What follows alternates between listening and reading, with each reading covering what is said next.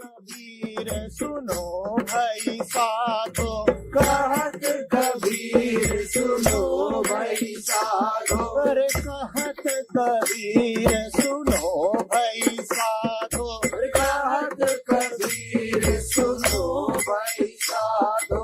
साहब मिले सबूरी में, अरे साहब मिले सबूरी में, मन लागो यार फकीरी में।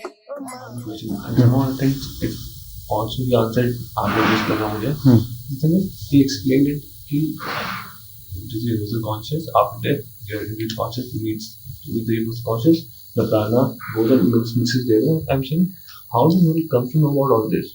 It's a concept. All that is a concept. बाद में वो निगेट भी कर देते हैं, वो बोल देते हैं just concept. It's just that there are some very destructive concepts. To get rid of them, sometimes just as a tool, the teacher uses a few more benign concepts. But even the benign concepts turns malignant if it overstays its utility. So it must come, it must dissolve the pre-existing set of concepts and then itself disappear. That's the only problem. Whenever I started doing all this, मैं आपसे मुझे कहता हूँ नहीं कौन सा Louder. लेकिन मेरी प्रॉब्लम मुझे ये रहती है, जब मैं इनको पढ़ता हूँ, किसी को पढ़ता हूँ, वही चीज पढ़ता हूँ, लगता है अब दो चीज होती है, या तो उस पर विश्वास करोगे या तो निगेट करोगे। अब विश्वास नहीं करोगे तो उसको पढ़ रहे हो, निगेट करोगे तो भी आप क्यों पढ़ रहे हो? Just read with no particular objective, without the need to believe or negate. There is no need to believe everything that you read or anything that you read. तो स्क्रिप्चर इतना कुछ कह देते हैं, then last day से we are also useless. We are also useless. The scriptures, mind you, are not truth. They are tool. They are a tool.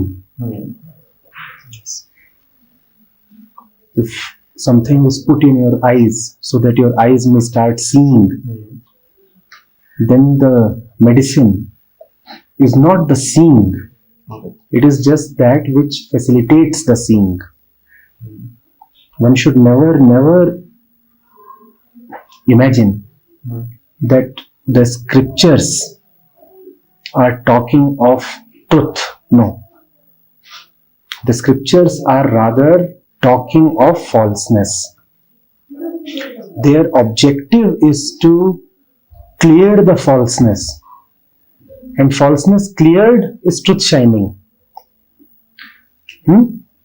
What happens is that often, because the ego construes the truth as some objective reality, it goes to the scriptures in search of truth. In fact, this is a very popular adage, is it not? In search of truth. As if there is something or somebody that can search for something or somebody called the truth. This is quite a meaningless thing to say, and quite a misleading one as well. The scriptures are there so that all the nonsense that gets accumulated in the mind may be burned down. That is their purpose. They are like a matchstick. What does a matchstick do? Suppose there is a heap of rubbish accumulated somewhere. What does the matchstick do? It burns the rubbish. It burns the rubbish, and having burned the rubbish, does it survive? Does the matchstick survive? It goes. So that's how scriptures are meant to function. Destroy the rubbish and then disappear. Not become a different kind of rubbish themselves. Getting it? So is it not somehow better if you keep observing your own So nonsense. it is better, of course, it is better.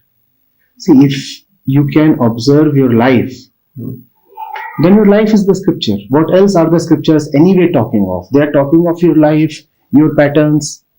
So you could either read all that in a book, or better still, observe them with your own eyes.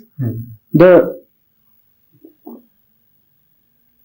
benefit in reading all that in a scripture is that you get the advantage of detachment, the advantage of distance. You see, you look at your life, you become an interested party. It becomes difficult to look really objectively. Real objectivity is when the subject is not there. When the interested subject is not there, then you can look really objectively. That doesn't happen. So observation often is prejudiced, biased, and gives distorted conclusions. It only helps you conclude that which you already are. That's what you observe.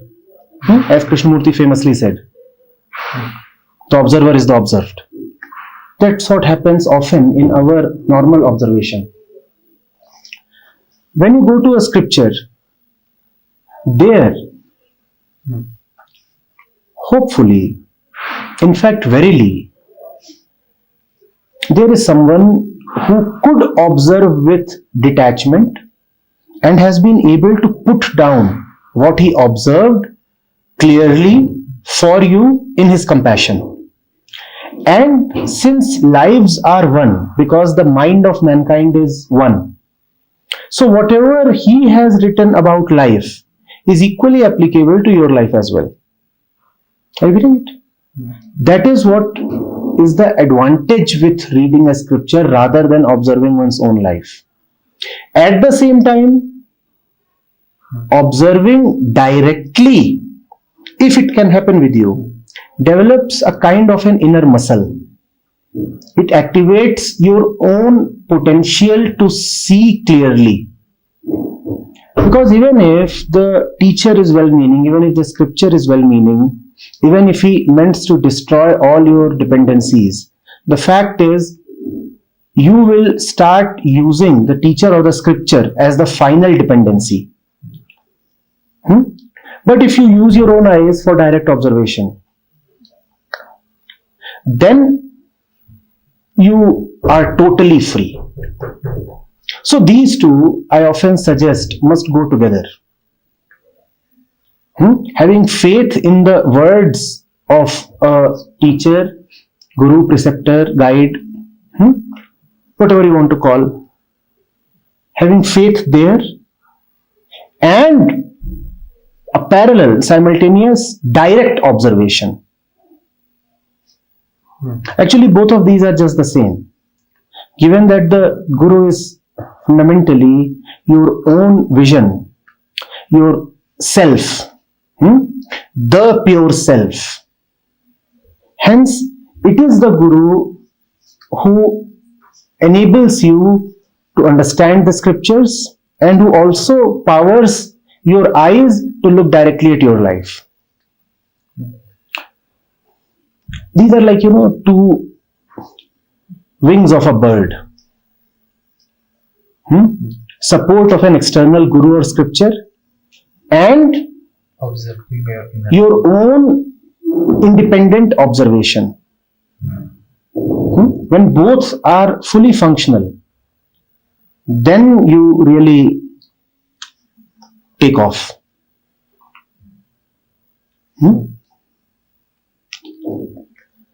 One should not miss out on any of these. While you must be fiercely independent, at the same time, you must be in total surrender. And these two are not opposites. In fact, one cannot be without the other. Unless you are totally surrendered to the truth, you cannot be fiercely independent of the world. So these two are very simultaneously concurrent. We talk of freedom as if freedom is an abnegation of surrender. No. Only in freedom one surrenders fully. Surrender is not subjugation. Surrender is not forced submissiveness. Surrender is your clearest expression of free will.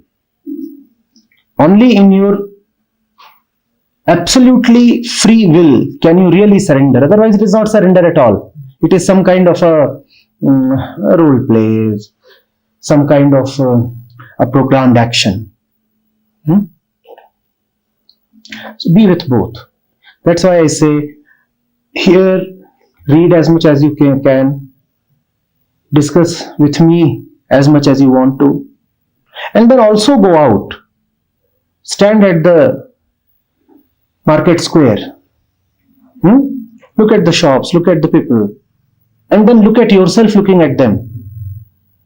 And that is a continuation of this session. Or if you so please, this session is a continuation of that.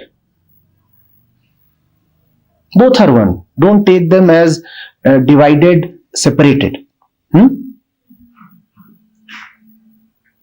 Because we have had enough of this division. The so-called spiritual man who won't get out of this hall, who won't get out of his self-created spiritual universe, and the worldly man who won't get out of another similar hall, which he calls as the worldly hall.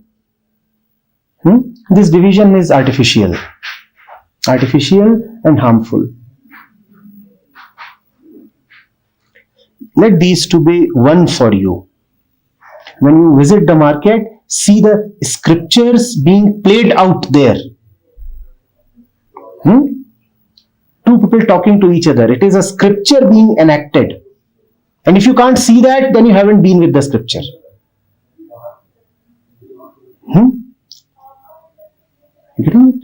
At the same time, in the session, when you see ego displaying itself, it is just the market playing out in the spiritual domain.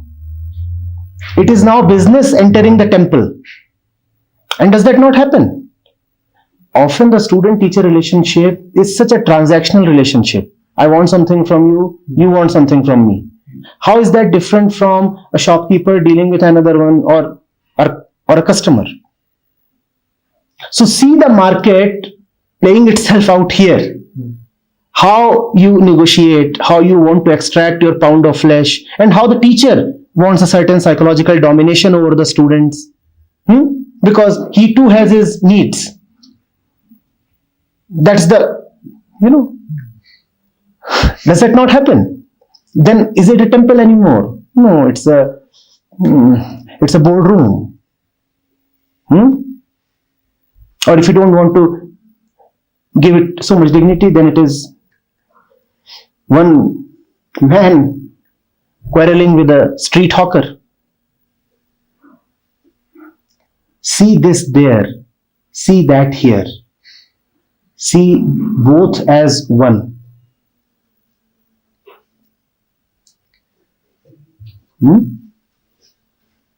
Getting it?